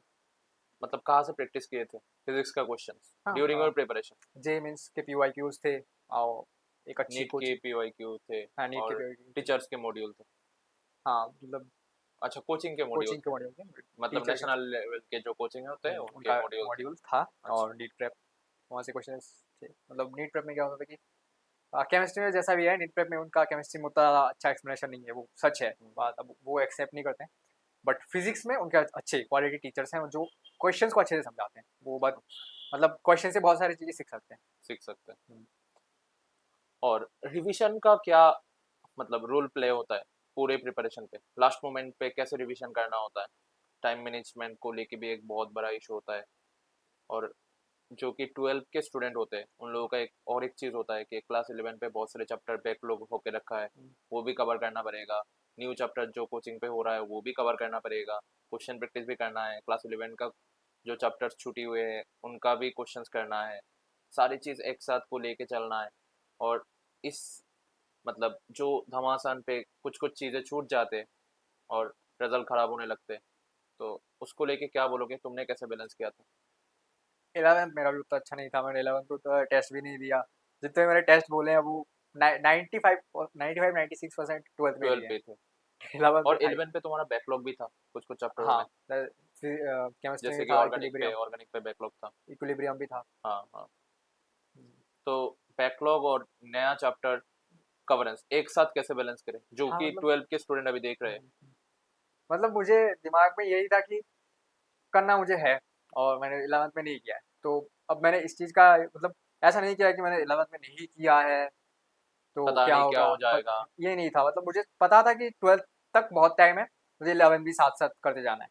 तो मैंने बस करता गया, सर के रिपीटर्स बैच में ही मैं आता था 11th रिवाइज करने के लिए। मतलब जो चीज़ें हो चुकी थी वो तो रिवाइज करता था, और जो नहीं हुई थी जैसे रेडॉक्स में भी मैं बहुत हाथ हल्का है मेरा, नहीं हम्म होता है। तो रेडॉक्स इक्विलिब्रियम सर से मतलब पूरा 11th ऑलमोस्ट रिवाइज किया था, रिपीटर बैच में आके वो एक्स्ट्रा करके किया था। हम्म। बायो में भी मैंने अपने टीचर से, जैसे मेरे बहुत से चैप्टर्स हैं जो बहुत मतलब वीक थे, उतना लॉजिकली कनेक्टेड नहीं था क्योंकि ऑनलाइन से पढ़ा था, डाउट नहीं पूछ सकते थे। तो वो मैंने अपने टीचर से धीरे धीरे क्वेश्चन प्रैक्टिस करते कवर करते किया। करते, हाँ एनसीईआरटी रीड करते करते, सर ये क्यों हो रहा है, ऐसा ही क्यों है, ऐसे क्यों है। तो सर बहुत अच्छे अच्छे लॉजिक्स देते थे मुझे, रीजन देते थे। तो बायो भी मैंने पूरा 11th मतलब ट्वेल्थ में आके ही सही किया है। सही मतलब किया। जितना मेरे 11th में बायो अच्छा था और उतना उतना ही होता फिर मतलब क्लियर नहीं हो वो पाता, उतना नहीं था क्लियर मतलब। नहीं हो हाँ पाता। वो मैंने 12th में आके ही सही किया है पूरा। और 12th का साथ साथ में चलाता गया। मुझे मतलब यही था कि दिमाग में ये था कि मुझे करना है, मतलब 11th का भी करना है, जैसे भी वो करना है। जैसे भी वो करना नहीं, मतलब मुझे करना है, अब हम्म, हम्म, पैरेलल में चलाता गया। हम्म। और मतलब ऐसा एक रूटीन था कि 11 पे लिए मेरा अलग टाइम रखना है, 12 के लिए अलग सा टाइम रखना है, और दोनों चीज़ों के एक साथ बैलेंस करना है, ऐसा कुछ था। नहीं मतलब जो रेगुलर क्लास चलता था हम्म, तो क्लास में तो बहुत मजा आता था, क्योंकि अगर कोई चैप्टर क्लास में चल रहा है हम्म, तो उसमें ज़्यादा टाइम नहीं देना पड़ता, हम्म। तो वो ऐसे आसानी से चलता क्लास है। पे ही कवर हो जाता है क्लास में मैक्सिमम द तो चीज। बस आके 5-10 मिनट 7 मिनट रिवाइज कर लो। रिवाइज कर लिया, और उसके बाद क्वेश्चन प्रैक्टिस जितना मतलब एक टॉपिक के बाद क्वेश्चन प्रैक्टिस करना मैं जनरली प्रेफर नहीं करता, क्योंकि मुझे कुछ आउट ऑफ टॉपिक मतलब दूसरे टॉपिक से भी क्वेश्चंस मिल जाते हैं, तो मैं हम्म, एक साथ में थोड़ा कवर होने देता फिर करता। हम्म, और उसके पहले मतलब 11th का मतलब ऐसे क्लास का 10 मिनट 15 मिनट आधा घंटा जो भी रिवाइज करना था, और बाकी मैं 11th नहीं देता था, क्योंकि बायो में अगर देखा जाए तो 11th के चैप्टर्स ज़्यादा इंटरेस्टिंग है कंपेयर टू 12th। 12। केमिस्ट्री में अगर देखा जाए तो फिजिकल का जो मेजर पार्ट है वो 11th में ही है, 11 पे तो फिजिकल तो मुझे ऐसे ही मज़ा आता था। तो और ऑर्गेनिक तो 12th में बहुत बाद में बहुत जाके ज्यादा है। स्टार्ट होता है, तो तब तक फिजिकल का और ज़्यादा था 11th का। और फिजिक्स में अगर देखें तो फिजिक्स में स्टार्टिंग वाला पार्ट मतलब काइनेमेटिक्स, यूनिट डायमेंशन, एनएलएम, वो थोड़ा मेरा खराब था। COM खराब था मीन्स बेसिक्स मुझे आते थे बट अच्छे लेवल के क्वेश्चन नहीं होता था। तो वो सर हमारे क्या थे कि क्वेश्चंस ऐसे डेट्स दे रहे थे, मतलब स्टार्टिंग के चैप्टर्स को रिवाइज करने के लिए एक दिन में रिवाइज ऐसे एक हफ्ता टाइम देते थे, बोलते थे एक हफ्ता टाइम दिया, ये चीज़ रिवाइज करके आओ, फिर एक दिन ऐसे सेशन रख लेंगे क्वेश्चन क्वेश्चन कर प्रैक्टिस का। लेंगे, क्वेश्चन कर ऐसे करके मेरा एनएलएम तक हो गया, बाकी मेरा 11th से ही था। उसके बाद रिपीटर्स बैच में मैंने एसएचएम और वेव्स अच्छे से किया, और 12th ऐसे ही चलता गया, 12 तो ऐसे ही होता गया। होता गया। हाँ और जो जो चैप्टर्स बैकलॉग थे वो रिपीटर बेस पे आके कवर कर लेते थे, जैसे बैकलॉग। केमिस्ट्री पे किए थे, हाँ फिजिक्स पे भी ऐसे किए थे। बैकलॉग मतलब ऐसा नहीं था कि मैंने कोई चैप्टर पढ़ा नहीं था, बस आइडिया था ऐसा था, पर आइडिया था बट अच्छे से नहीं हुआ था, हाँ ये था सेटिस्फेक्शन नहीं आ रहा था। सेटिस्फेक्शन नहीं आ रहा था, क्वेश्चन प्रैक्टिस से नहीं हुई, तो और वो बहुत टाइम ज़्यादा सारे था। जूनियर्स पे ना ऐसे भी प्रॉब्लम होते हैं कि लोग सोचते हैं बोर्ड का कॉन्सेप्ट कुछ अलग है, कॉम्पिटिटिव एग्जाम का कॉन्सेप्ट कुछ अलग है। तो उसको लेके क्या बोलोगे, since you have scored 96 in both physics and chemistry in board as well, hmm. and secured 99 plus percentile in JEE in both the subject physics chemistry and 150 plus in chemistry. So सारे competitive exam and board पे तुमने बहुत अच्छा किया, पर बहुत सारे student guardian ऐसे भी होते हैं जो लोग सोचते हैं हाँ एंट्रेंस के लिए मैं इन टीचर के पास चला जाऊंगा और बोर्ड के लिए इन लोगों के पास चला जाऊंगा, जो कि एक बहुत बड़ी बकवास होती है, पता नहीं किसने किया है। हम्म। तो उसको लेके क्या बोलोगे? हाँ मतलब यहाँ पे मैंने अगरतला में आके पहली बार ये चीज़ तो मैंने देखा है कि कोई बोलता है हमें बोर्डे लेगा ये टीचर कैसे जाए, एंट्रेंस लेगा वही टीचर कैसे जाए।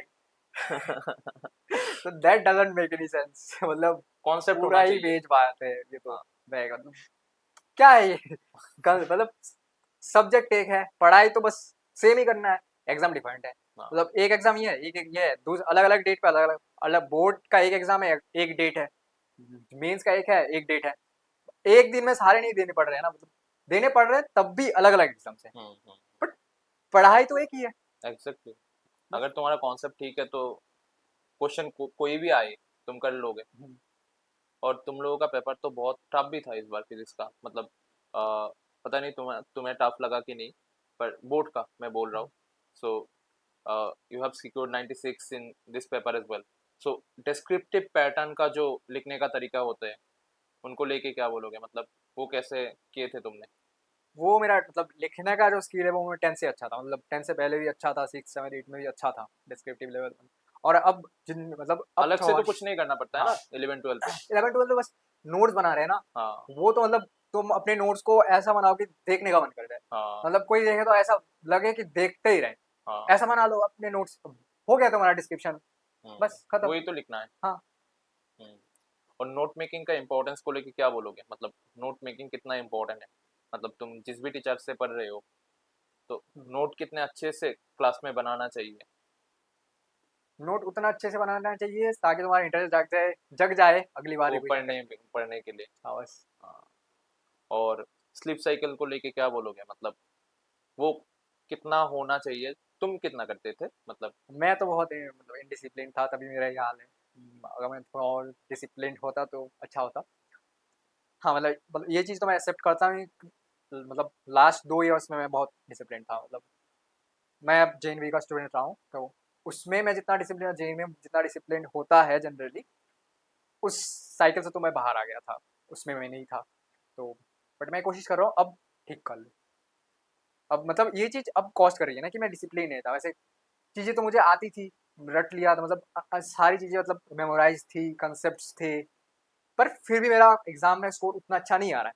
क्यों नहीं आ रहा है? मतलब उस लेवल के बाद यही चीज़ मैटर करता है कि कुछ कितने सिंसियर हो, कितने डिसिप्लिन्ड हो, वही चीज़ मैटर करता है। ट्रू।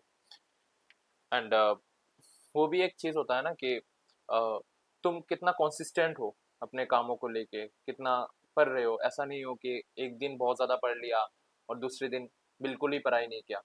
सो तुम तो बहुत कंसिस्टेंट थे थ्रू आउट द जर्नी। नहीं, सो ऐसा नहीं था। How does the consistency matters? हाँ, मतलब कंसिस्टेंसी मैटर करता है और मैं पूरी तरीके से कंसिस्टेंट भी नहीं था। मेरा ऐसा दिन गया, कुछ नहीं पढ़ा, ऐसा भी दिन गया, थोड़ा ज़्यादा पढ़ लिया। और मैंने कभी 9 टू 10 आवर्स के ज़्यादा कभी नहीं पढ़ा। Self study. हाँ, सेल्फ स्टडी 9 टू 10 आवर्स से ज़्यादा मैं कभी नहीं पढ़ सका। मतलब ऐसे होता है ना कि लोग 12 घंटा, 14 घंटा भी पढ़ रहे हैं। मैं भी कोशिश मतलब ऐसे टाइमर तो मैंने भी खरीदा था कि मैं 14 घंटा पढ़ूँगा, 15 घंटा पढ़ूँगा लास्ट के दिनों में। तो मैंने मतलब बहुत कोशिश की, मुझसे नहीं हुआ। मतलब मेरा हाईएस्ट इतना ही था, 9 आवर्स 48 मिनट्स समथिंग ऐसा ही था। उससे ज़्यादा मैंने गया ही नहीं। और एवरेज अगर पूरे ईयर का निकालूँ, मतलब सारे अगर जैसे ही दिन गया नहीं पढ़ा है, ऐसे भी दिन गया अच्छा पढ़ लिया, मतलब थोड़ा बहुत पढ़ लिया, तो एवरेज अगर निकालता जाऊँ मैं 4 घंटा 5 घंटा 4.5 आवर्स इतना हो जाएगा। इससे भी कम हो सकता है। और तुम तो खुद का खाना जो है वो खुद कुक करते थे, वो भी एक मतलब टाइम टेकिंग प्रोसेस था। सो वो भी तो करना पड़ता था। पर जो भी हो, अभी कैसा लग रहा है? मतलब ओवरऑल जर्नी को देख रहे हो हम्म, पीछे मुड़ के, हाँ। तो वन और एडवाइस जो तुम अपने जूनियर को देना चाहोगे कि ये सब कर लो, जो कि मैंने भी किया, मतलब तुम्हारे बारे में बोल रहा हूँ, हम्म, और ये सब मत करो अगर रिजल्ट को अच्छा करना चाहते हो और ज़्यादा अच्छा करना चाहते हम्म। हो तो। हाँ, मतलब किया में तो ऐसी छोटी छोटी चीज़ें हैं, जैसे वैसे मैंने छोटे छोटे जब थे तब से ऐसे पैराग्राफ्स लिखते आए हैं, ऑनेस्टी पर, सिंसियरिटी, डिसिप्लिन पर जो एक्चुअल मीनिंग है ऑनेस्टी का, सिंसियरिटी का, डिसिप्लिन का, मुझे अब पता चल रहा है कि क्या होता है ये चीज़ें और कैसे ये चीज़ें मैटर करती हैं। इतने दिनों तक मुझे वर्ड पता था, बट उनका जो मीनिंग है, एसेंस है लाइफ में, वो मुझे अब पता चला है। तो आई वॉज मतलब डेफिनेटली मैं डिसिप्लिन नहीं था, उतना ज़्यादा सिंसियर भी नहीं था, और सिंसियर नहीं था, ऑनेस्ट। हाँ, लास्ट में ऑनेस्ट था, बट स्टार्टिंग में उतना नहीं था। खुद से लेके कि डाउट्स हैं तो मुझे सॉल्व करना है, क्या डाउट है, उतना ज़्यादा नहीं करता था। बट हाँ, मतलब अब ये चीज़ें मुझे समझ आ गई कि मतलब ऐसा करना है। Exactly. And having a good bonding with your respective mentor, respective teacher, how much important is this? मतलब ये प्रिपरेशन फेज पे कितना ज़्यादा इम्पोर्टेंट रोल प्ले करता है कि तुम्हारा जो टीचर है, तुम्हारा जो मेंटर है, उनके साथ तुम्हारा एक बहुत अच्छा बॉन्डिंग हो। जैसे कि तुम्हारा सारे डाउट्स क्लियर हो जाए, तुम कोई भी प्रॉब्लम पे गुजार रहे हो तो उनको बोल सको कि सर मेरा ये प्रॉब्लम हो रहा है, ये सॉर्ट आउट कर दो, सर ये मैं मुझसे नहीं हो रहा है। Not only regarding the studies but also regarding the life. So वो कितना इंपॉर्टेंट है। जैसे कि तुम बहुत ज़्यादा कनेक्टेड थे मेरे साथ और रेस्पेक्टिव बाकी जो टीचर्स थे उन लोगों के साथ भी, तो वो कितना इंपॉर्टेंट होते हैं। क्योंकि बहुत सारे स्टूडेंट ऐसे भी होते हैं कि जो लोग सोचते हैं कि हाँ सर का काम है पढ़ाना और हम लोगों का काम है पढ़ना, जाएंगे पढ़ के आ जाएंगे, क्या ही है, नोट बनाएंगे सर लिखेंगे हम लिख के आ जाएंगे, घर में आके पढ़ लेंगे। ऐसा तो नहीं होता है। तुम्हारा एक बॉन्डिंग होना बहुत अच्छा, बॉन्डिंग होना बहुत इंपॉर्टेंट चीज़ होते हैं अगर तुम सच में कुछ अच्छा रिजल्ट करना चाहते हो तो जो तुम्हारे साथ सारे टीचरों का था, तो वो कितना ज़्यादा इम्पोर्टेंट है। हाँ, मतलब पहली बात तो ये है कि अगर मैं अपने टीचर से अच्छा बॉन्ड था, पर फिर भी मैंने उनकी बातों को भी बहुत ज़्यादा मतलब थोड़े बात ऐसे थे मैंने अवॉइड किया है, तो ये मुझे नहीं करना चाहिए था। हम्म, टिचर कुछ भी बोल रहा है, अगर वो बोल रहा है कि इधर आके 10 मिनट खड़े रहो, तो दिमाग में क्वेश्चन नहीं करना है कि क्यों बोल रहा है, आके खड़े रहना। दिस लेवल ऑफ सिंसियरिटी अगर मुझ में होता, तो मैं डेफिनेटली इस बार बहुत अच्छा होता। मतलब सिंसियरिटी टीचर के सामने होना मतलब मैं घर पे भी सिंसियर हो जाता, मतलब मेरा एटीट्यूड ऐसे बिल्डअप होता। बट ऐसा तो नहीं था। बट हाँ, अच्छा बॉन्डिंग था। जैसे मेरे सर थे और फिजिक्स वाले सर, मतलब मेरे तीनों टीचर जो थे मुझे फ्री में पढ़ाया, और उन्होंने मुझसे एक भी पैसा नहीं, एक मतलब कुछ नहीं लिया है, बस मुझे फ्री में पढ़ाया है। और मुझे कुछ भी प्रॉब्लम होता था, जैसे खाना का प्रॉब्लम होता था, ऐसे मेरे फिजिक्स वाले टीचर थे, वो मतलब खाना ला कर देते थे मुझे, घर ड्रॉप करते थे। कुछ भी प्रॉब्लम होता था, पैसा रिलेटेड, पैसों को लेके कुछ भी, जैसे मेडिसिन लेके मेरा हेल्थ खराब हो गया, सर जाते थे आते थे, मतलब बायो के जो सर थे वो तो मतलब बहुत अच्छा था। अब सबके साथ कैसे बहुत बोलूं, अच्छा बॉन्डिंग था। हाँ, मतलब यहाँ पे मुझे बेस्ट टीचर्स मिले हैं, अब तक के बेस्ट टीचर। और कुछ कुछ सवाल है जो तुम्हारे जूनियर ने तुम्हारे लिए भेजा है, जो मुझे पूछने के लिए बोला गया है तुमसे। So I am asking you this questions.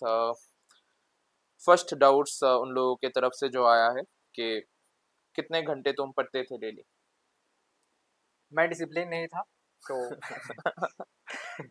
पर ये लोग बोल रहे हैं कि दादा आपके जैसा रिजल्ट करने के लिए कितना घंटा पढ़ना पड़ेगा? हाँ, मतलब कंसिस्टेंटली कोचिंग के बाद 5 आवर्स, 5.5 आवर्स कंसिस्टेंटली, ये वर्ड इंपॉर्टेंट है, 5.5 आवर्स कंसिस्टेंटली, और उससे ज़्यादा दे सकते हो तो अच्छा है। मतलब मैं ऐसे बोल रहा हूँ कि रेगुलर गोइंग, जो स्कूल गोइंग स्टूडेंट्स हैं, उनको कोचिंग मैनेज करना है, स्कूल मैनेज करना है, स्टडीज मैनेज करना है। रिपीटर हो तो और ज़्यादा पढ़ना चाहिए, डेफिनेटली। हाँ, वो उनको पता है। और दूसरा क्वेश्चन है, रिवीजन के लिए क्या प्रेफर करते थे, क्वेश्चन प्रैक्टिस या फिर थ्योरी रिवीजन? क्वेश्चन प्रैक्टिस, ऐसे कुछ सब्जेक्ट्स जैसे इनऑर्गेनिक और बायो था, उनके लिए मैं क्वेश्चन प्रैक्टिस से ज़्यादा करता था। क्वेश्चन प्रैक्टिस से मुझे मज़ा आता है, क्वेश्चन प्रैक्टिस करने में उठते बैठते कभी भी कर सकते हो उनके क्वेश्चंस, बायो और इनऑर्गेनिक के क्वेश्चंस। पर मुझे ये भी डर रहता था कि कुछ छूट ना जाए, तो मैं जो पॉइंट्स भूलता था वो तो मेरे एनसीईआरटी में ऑलरेडी हाईलाइटेड था, वो एक बार देख लेता था, बस हो गया मेरा रिवीजन। एग्जैक्टली। हाँ, and third question, how much crucial PQ PYQs are, मतलब पीवाईक्यू कितना ज़्यादा क्रूशियल है रिजल्ट पे? मतलब पीओआई क्यूज भी क्वेश्चन ही है, ऐसे क्वेश्चन भी क्वेश्चन ही है। हाँ, मतलब मतलब पीवाईक्यू तो करना चाहिए बहुत ज़्यादा अमाउंट पे। जितने हैं उतने करने हाँ चाहिए। हाँ, वही ज़्यादा वही। अमाउंट में कैसे। हाँ,